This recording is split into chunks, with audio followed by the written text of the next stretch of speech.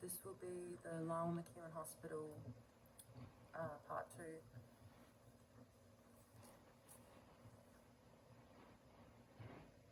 So I'm in the, I guess it's a ward.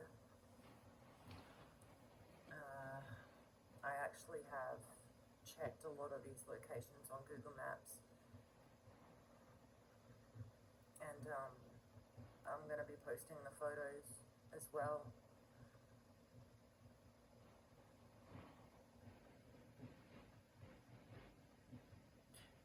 Very suspicious stuff going on. When I looked on Google Maps, there's a lot of places. Okay, I mean, I'll get to that, but yeah, very suspicious. For example, across from the Lyell McEwen Hospital, there were a row of houses. It was all housing. After checking on Google Maps now, I don't know, 3 or 4 of those houses have been torn down and is now a parking lot there.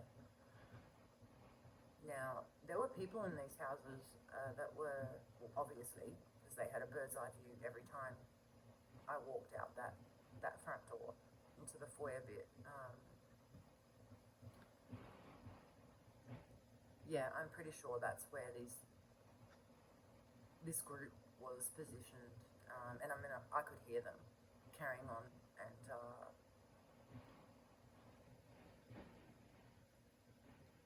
there's some things I'm not going to say on here. There's just some things I can't say, and sometimes where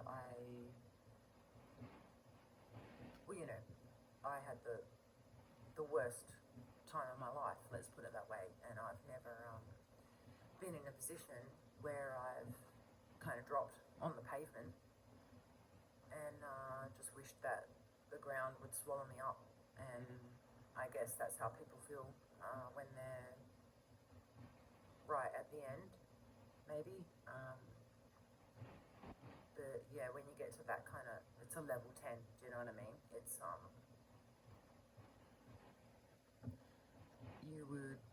you'd give anything for it to stop.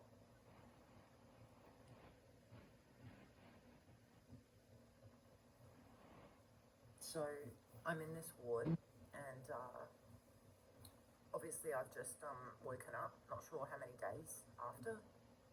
Not sure what happened either. I was out. My leg is sore. Both legs are actually sore, which is strange, above the knee. On the right side, they injected me, obviously, to put me down. On the left side was also sore above my knee and is still a lump under the skin. I have no idea exactly what this is. Obviously, they didn't come towards me and tell me. So, speculating, GPS, I don't know. I really don't know. But there is a lump under my skin.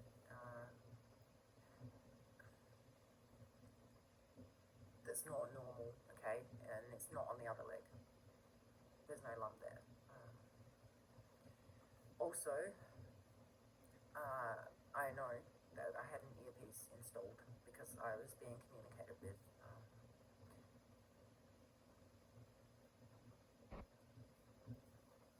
So, I'm shown to my room.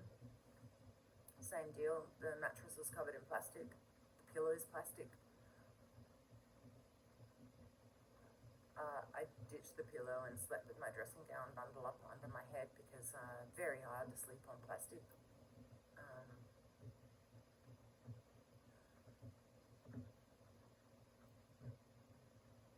There was obviously a group, and you know, you don't have to be a genius to figure some things out. Like, you know, you could tell there was a group that were connected, and they were all in.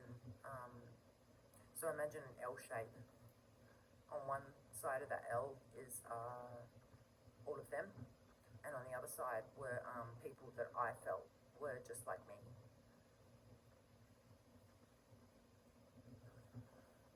Some of which I'm not actually sure what happened with them.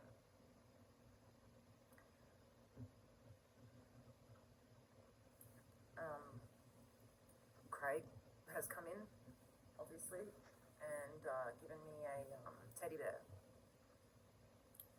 and I hung on to that for the entire time that I was there, and that was basically my connection to my son. And at the time, all I wanted to do was kind of shield him. So I was putting all my energy into that, just holding him, holding space for him, shielding him for whatever I didn't know was happening.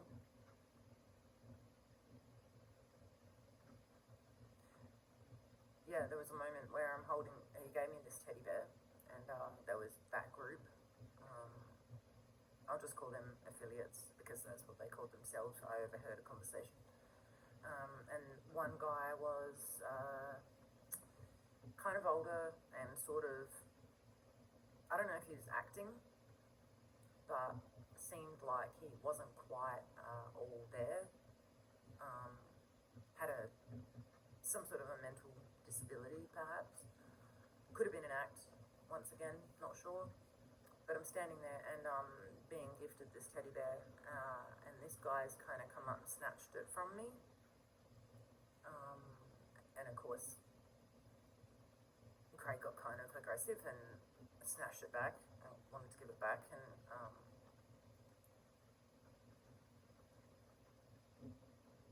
so in this facility, there were two-way mirrors in the bathroom. That become pretty clear. I mean, yeah, I'm showering. I go into shower and you're hearing the ruckus behind there. Like it's not that hard to sort of figure out. And I'm sort of hearing one guy saying, "Has everybody got their coffees? It's shower time." So there was nowhere that you weren't under observation, and I've lived like that now for over 8 years. Everywhere, absolutely everywhere. And if that wasn't bad enough, then obviously being watched psychically is the icing on the cake to destroying a person's privacy, complete and utter destruction of any kind of privacy, even privacy of the mind. And I can't think of any worse violation. And not just for me, like I couldn't even care less what's happened to me. Like I would do this a million times over. I would do this a fucking million times over if it meant that I could take it away from my son. My son was 10 when the same thing happened to him, when they did this to him, his mind. And I don't know if anyone's spiritual, then they're going to know that that's an absolute violation. There is no way a child could ever consent to somebody speaking to them consciously, ever, nor should that ever be allowed. It's complete and utter destruction of somebody's life.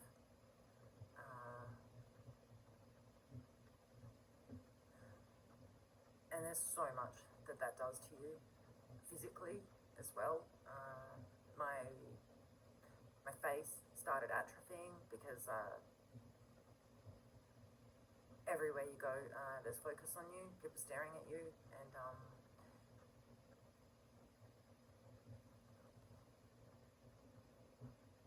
yeah, my face just started sort of dropping. If anyone kind of gets that feeling, when somebody's staring at you, that it's an automatic reaction. You don't want to move any part of your body, and that's kind of due to trauma, not wanting to move. I'm a dancer, so I haven't been able to move properly for 8 or 9 years, and that's the only thing that kept my check. So not just am I in a great deal of pain over that, but they're also attacking me heavy physically. So my neck and everything. What they want to do is sever my head, like the neck, and clearly visible what's going on with my neck. I don't even know what the muscles are, but yeah, there's two muscles on the side of your neck that support your head, and daily they're pushing my head forwards, whether it's remotely. I don't have the information on that, but that's what's happening, and they've made it quite clear that that's what they're doing because they're telling me to bow.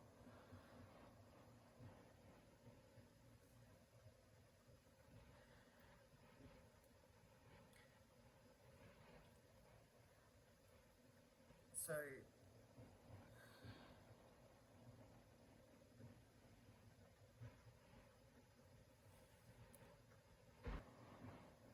obviously I know that, you know, these are not friendlies, and this is what's going to happen to me. You know, I know that while I'm in there, so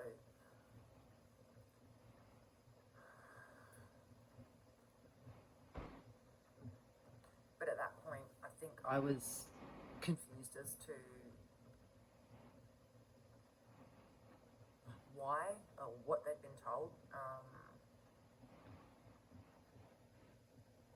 because obviously I wasn't in the position that I should have been in there, so I was trying to figure out what narrative was being run, because these people were looking at me like I was a piece of dirt, and I wasn't getting the energy from them that, you know, like, we're here to kill you, we're going to target you.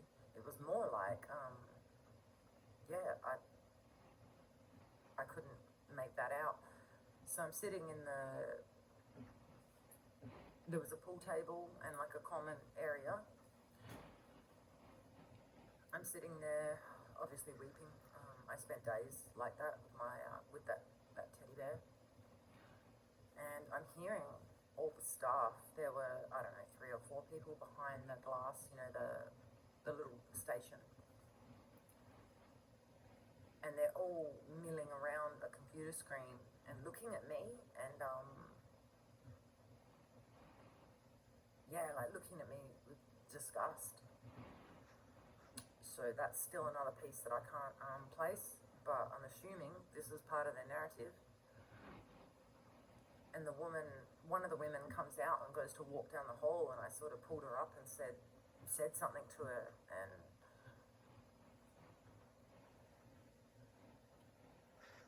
yeah, she just sort of placated me, and said, you know, just get some rest or whatever, and walked off.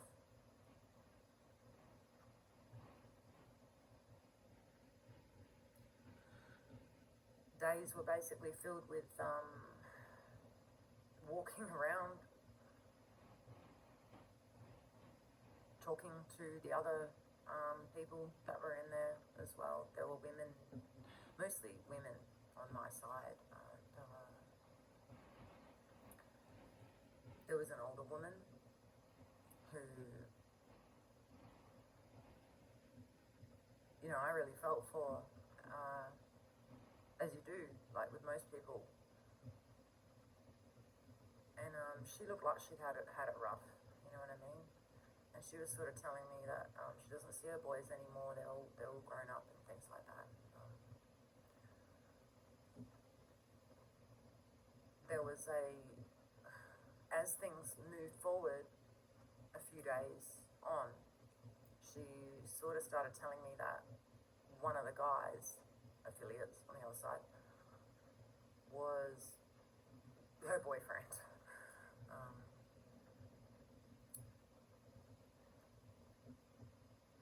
And that he kissed her and stuff like this, and I was like, you know, I was just trying to be nice to everybody, really. I wasn't trying. I was just being myself. Like, what are you gonna do? I was just.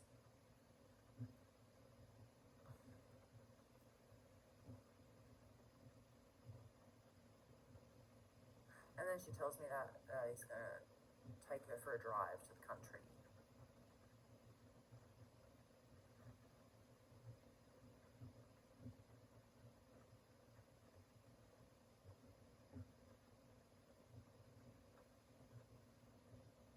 was also another woman who, once our earpieces kicked in, and I think it was like a day or two after I woke up, that started. And I started to hear their conversations. So whether or not they like to tap you into their conversations to put fear in you, you know, I know for a fact they preferably would like you to suicide rather than them have to get their hands dirty. That's what they like. So they will try and torture the fuck out of these people and hope that happens. If it doesn't, then they've got to move in. And this woman, you know, same deal. We had a bit of a chat, and surprisingly, I got along with everyone in there. And there was a night where, after the talking started, I figured out that I wasn't the only one hearing things, because she was in lockdown in her room with somebody waiting at the door, like a nurse, what do you call it, suicide watch or 24-hour watch on her. And I'm hearing her screaming and smashing her head against the I'm hearing banging, and her screaming, "Get out of my head," and things like that. And I don't know what happened to her either. There was another woman across the hall from me who seemed very much like a little girl in her mind.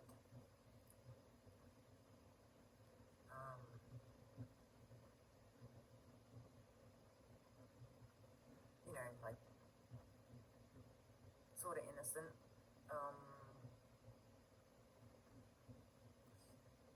I don't know how else to put it. I really don't. She was across the hall from me. After a while, maybe a week or so, there was an instance where I think someone got into her room.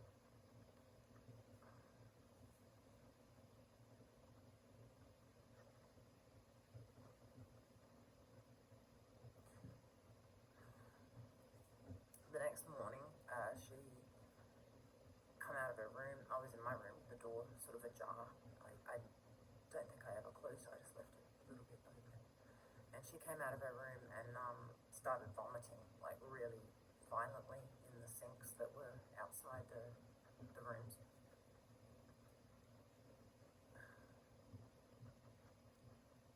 And then, as we go to sit down for lunch or whatever it was, breakfast, I'm, for some reason, just like wandering around, and I went up to the windows, which would have been on that side, like her side, the windows across there. I'm standing at the big window at the lunchroom, looking out, and there was a sheet full of blood, what it looked like blood on the ground.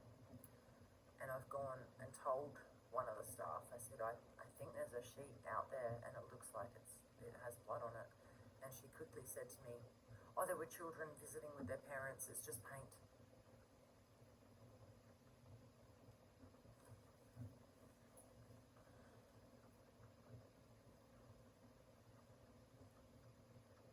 Pretty much, that day, one of the guys vanished.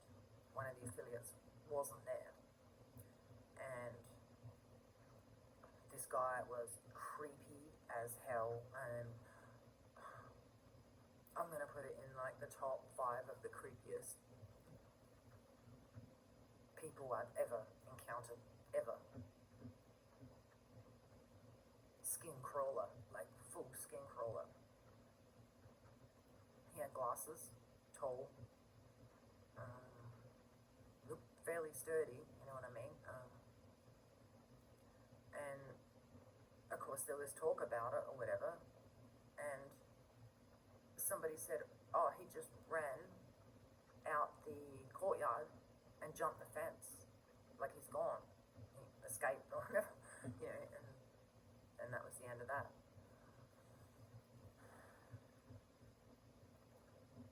One of the creepiest people I've ever encountered.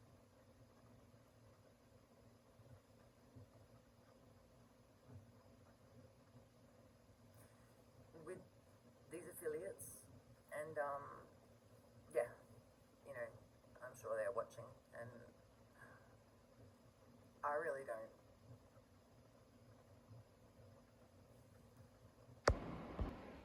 give an actual fuck what they think or what comes next. Alright? I really don't care. Because, if anything, one last move I can make would be shining a massive spotlight on them. You know what I mean? Exposing them. The alternative for me is do nothing.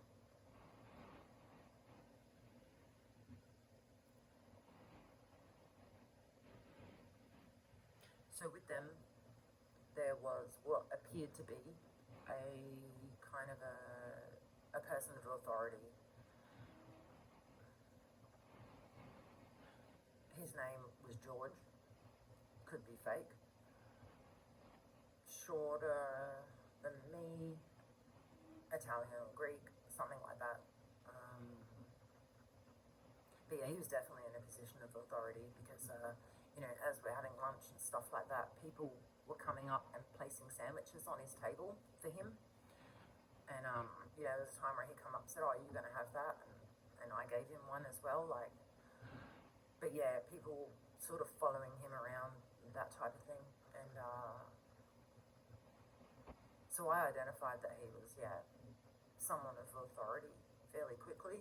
And I'm not exactly like a delicate little thing.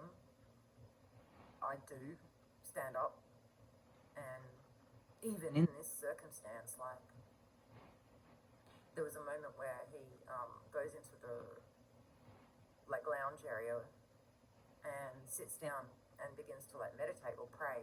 He talked a bit about God and things like that, so I felt that he was religious. He sat down and started to pray, and I sat across from him. Like, you know when you just have them moments where you're beast up and you're just like, you don't even know what you're doing, but you sort of do. And I just sat across from him, and I'm like, closed my eyes, and, you know, started to like meditate as well. And then I opened my eyes, and I was just watching him. You know, I was just watching him. And he opens his eyes, and he saw me like locked on him. And this guy shit himself. Like, his eyes widened, and I knew immediately, because I was like, yeah.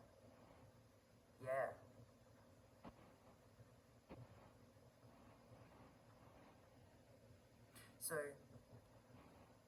you know, I might be one person and one mum and a mortal, whatever, but at a higher level, I know who I am.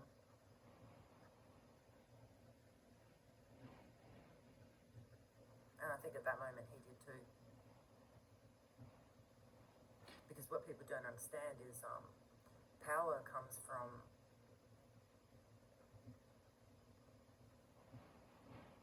sovereignty, I guess, and stepping up, standing up, showing up for yourself and for others.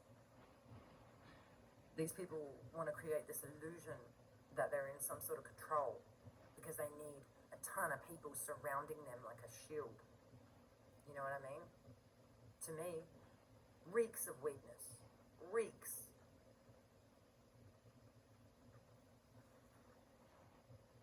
You want to step correct and come towards someone?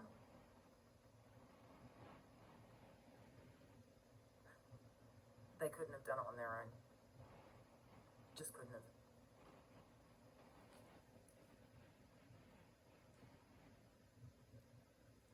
He proceeds to tell me, this one probably will be a longer video because there's a lot on this, or I'll cut it in half, I suppose.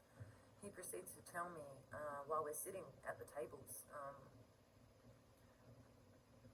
some weird shit. He starts talking about his son. He's got a son.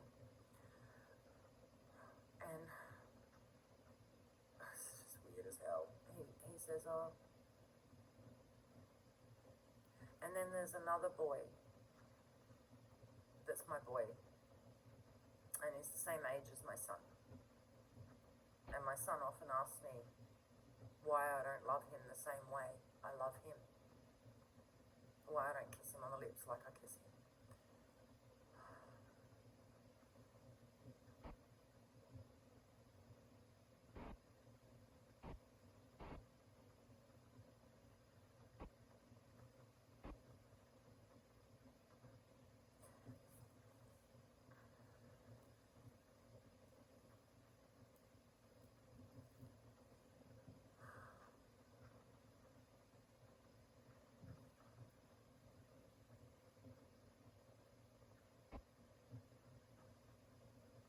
There's also another younger guy in there who mentions to somebody he's going to poke my eyes out, and he makes some sort of sculpture in the yard with wire.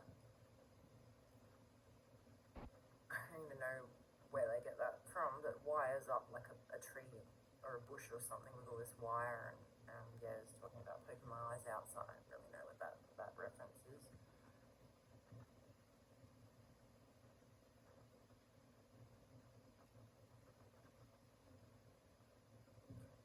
I'm sitting in the TV room and I hear someone being thrown against the wall behind the nurse's station.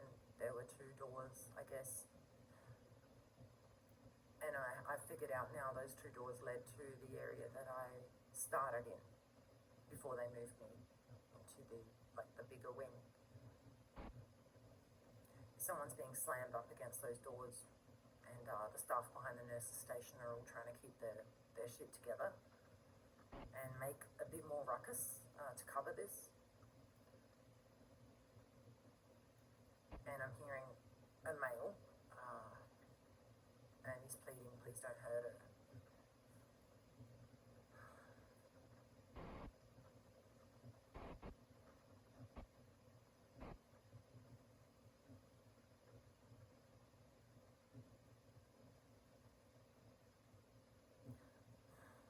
My ex-husband came in and he was clearly wearing makeup.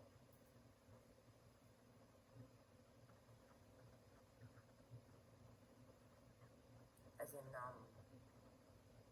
yeah, you know,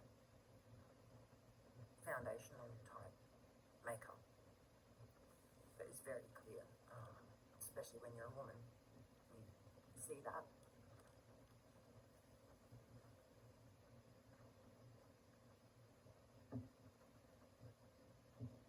I've come out.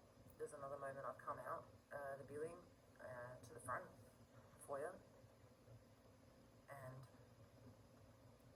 I'm pretty sure that they thought I was going to run.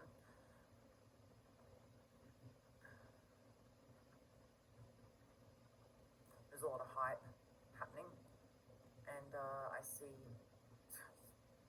crazy, like a Hummer driving right by the foyer, so inside inside the park area, like right there behind, by the foyer. This didn't look like a street type Hummer. This looked sort of militarized, like a legit. There's a man driving with a red beret.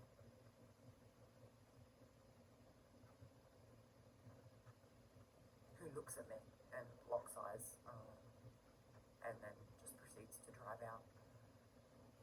I start walking away from the building, and that's when I know, like, tensions were getting high. And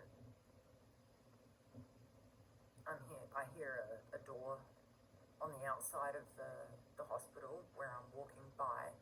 I guess there's little access areas, like doors with little courtyards. They may be like rooms, off of rooms.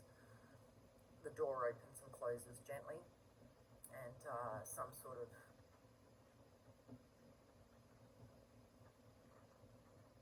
apparatus, like a tripod or something being erected, clicking and something hitting the ground. So I'm assuming that was probably another shooter.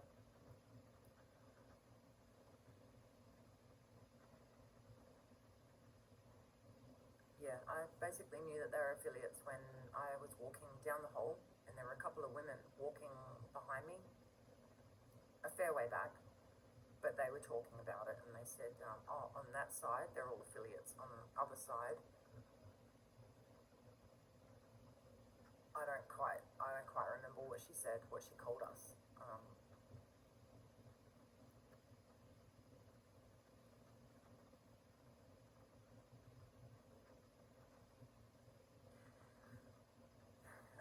I think this is probably the last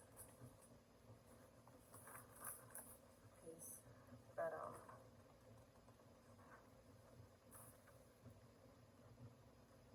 so I go into the bathroom at one point, and tensions were pretty high there.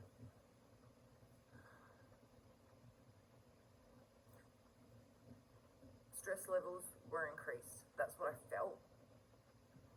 Like, you know when something's going to go down. And I've walked into the bathroom, closed the door. There were bathrooms next to each of our rooms. So I had my, well, not my own, but there was one right next to my room that I was using and had all my things in it. So I've gone in there, closed the door, and I'm just sort of listening, I guess. Things go super quiet, and I'm hearing scuffling, like, something's going down. Then I hear again in the air conditioning vents, and I know how insane this sounds, I really do, but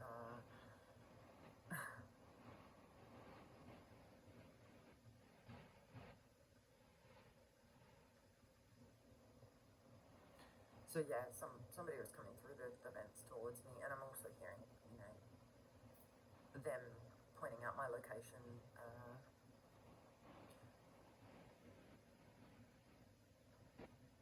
I think to myself, I have to cover this vent, and of course there's nothing.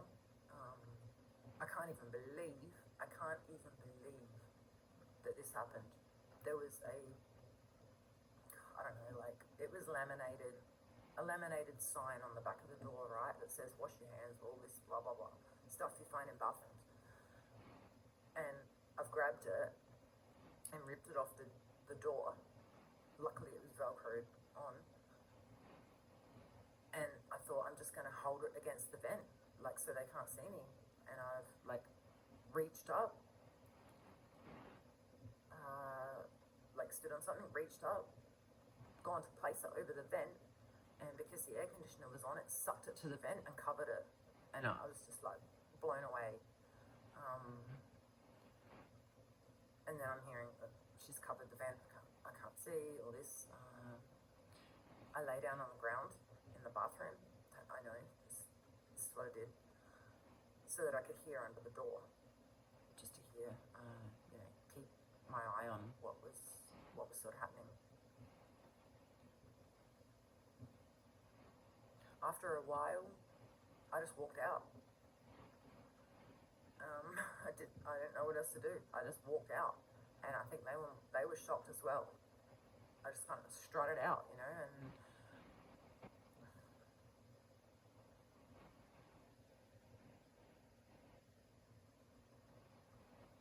but yeah, I mean, I was doing that older lady's hair, and I did her makeup once. I mean, there was nothing much else to do in there. You colour in. So yeah, I styled her hair for her, and it really lifted her up.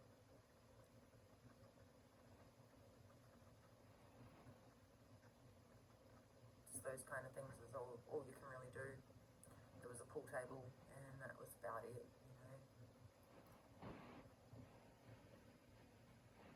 And this George character had some sort of offsider, and they're talking to me before I'm leaving.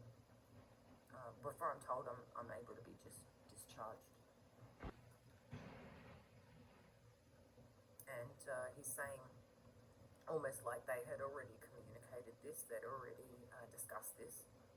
He sort of wanted to have a chat with me before I left, and I'm sitting down, and he's saying, "Oh, you're actually really a nice girl."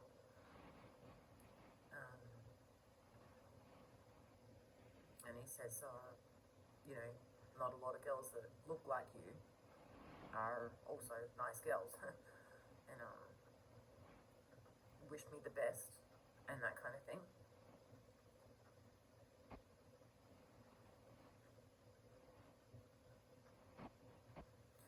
There was another moment where the woman from across the hall, that I don't know actually what happened to her, she come up to me.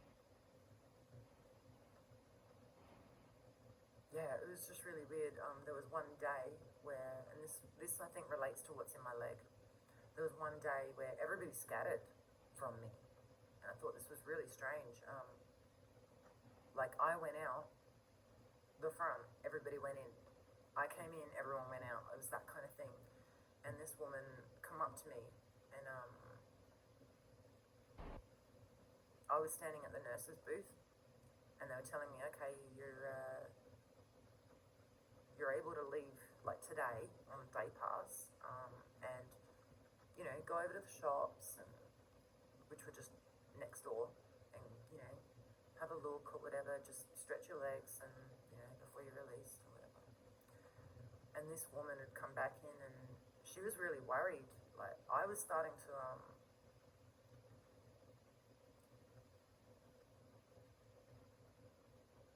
something had triggered me, and I was like, you know, amping up and getting angry.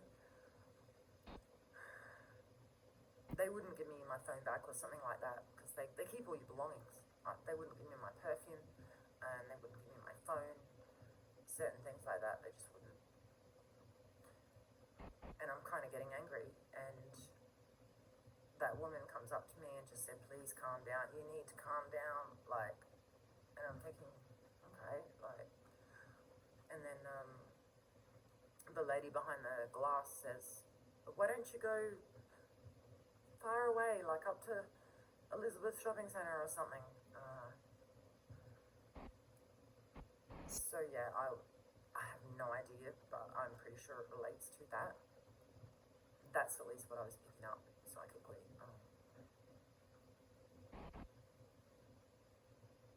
And then it come time for me to leave.